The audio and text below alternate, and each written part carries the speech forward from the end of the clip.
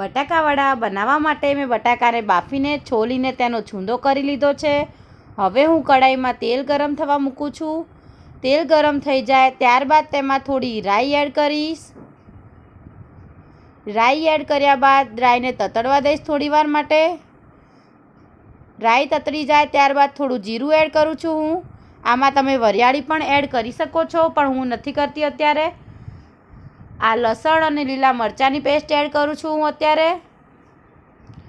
તેને બરોબર એકવાર સાંતળી લઈશું. ત્યારબાદ તેમાં થોડી ઝીણી સમારેલી 2 નાની ડુંગળી એડ કરીશું. ડુંગળી એડ કરી લીધા બાદ તેને ધીમા તાપે થોડીવાર શેકાવા દેવાની છે. અહીંયા આપણે ગેસની ફ્લેમ સ્લો જ રાખવાની છે.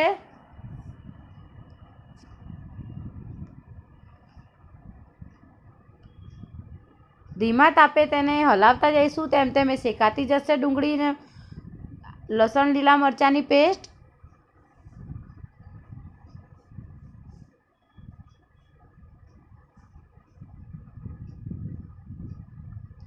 થોડી લાઇટ બ્રાઉન કલર જેવી થઈ જાય એટલે આપણે ગેસ બંધ કરી દેવાનો છે. આપણે બહુ તેને એકદમ લાલ નથી થવા દેવાની. ત્યારબાદ હું તેમાં થોડી હળદર એડ કરું છું, થોડું લાલ દેશી મરચું એડ કરું છું. ફરી એકવાર મસાલો નાખીને બરોબર હલાવી લેવાનું છે.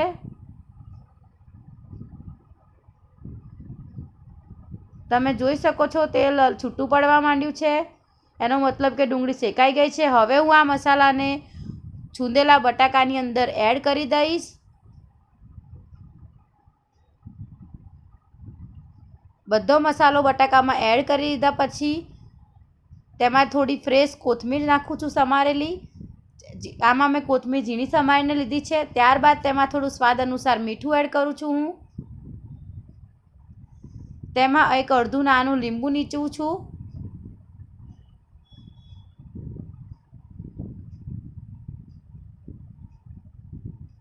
ત્યારબાદ આ દળેલી ખાંડ છે, એ દળેલી ખાંડનો પાવડર એડ કરું છું, જેથી કરીને ખટમીઠા બટાકાવડા બનશે.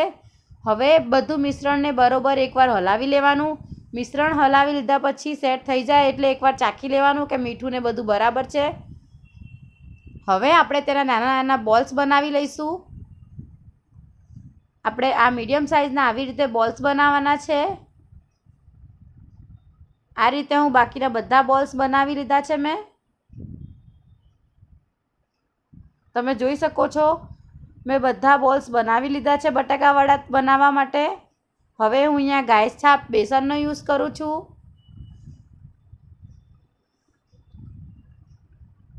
બેસન લીધા પછી એમાં થોડું મીઠું એડ કરું છું, સ્વાદ અનુસાર મીઠું એડ કરીને પછી તેમાં થોડો અજમો નાખું છું.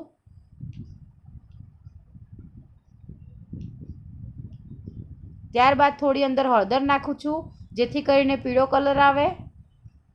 એમાં જરૂરિયાત મુજબ થોડું થોડું કરીને પાણી એડ કરતા જવાનું છે અને લોટને બરોબર હલાવતા રહેવાનું છે, જેથી કરીને ગાંઠા ના પડે ગાળની અંદર.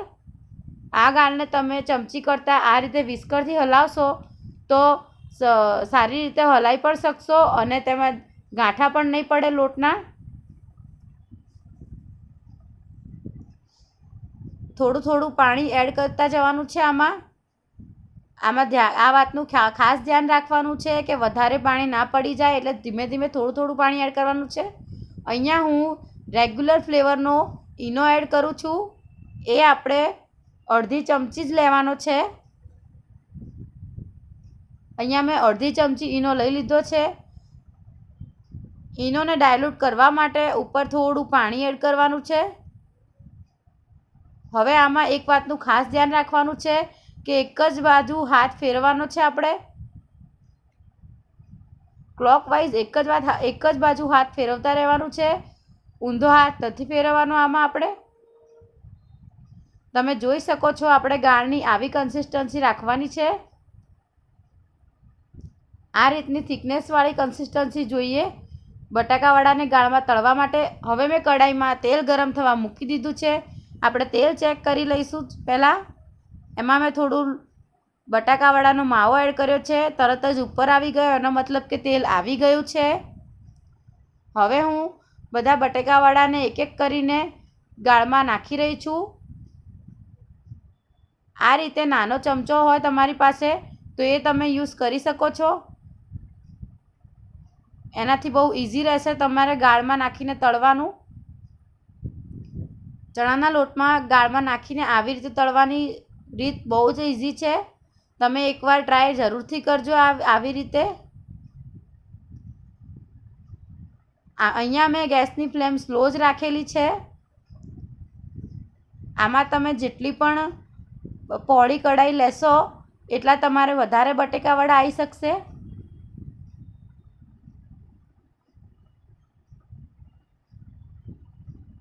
હું આવી રીતે એક એક કરીને 7-8 બટેકાવડા એડ કરી દઉં છું અને પછી તળું છું હું.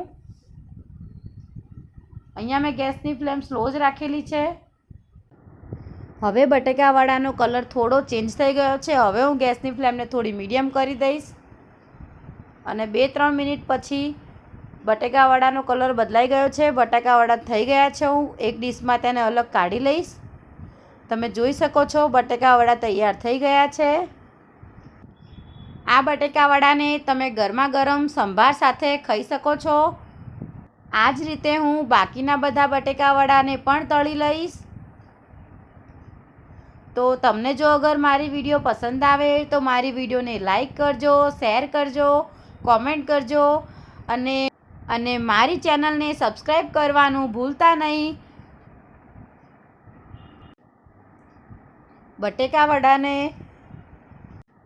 બટેકાવડાને આ રીતે સંભાર સાથે ખાવાનો ટેસ્ટ ખૂબ જ સરસ આવે છે.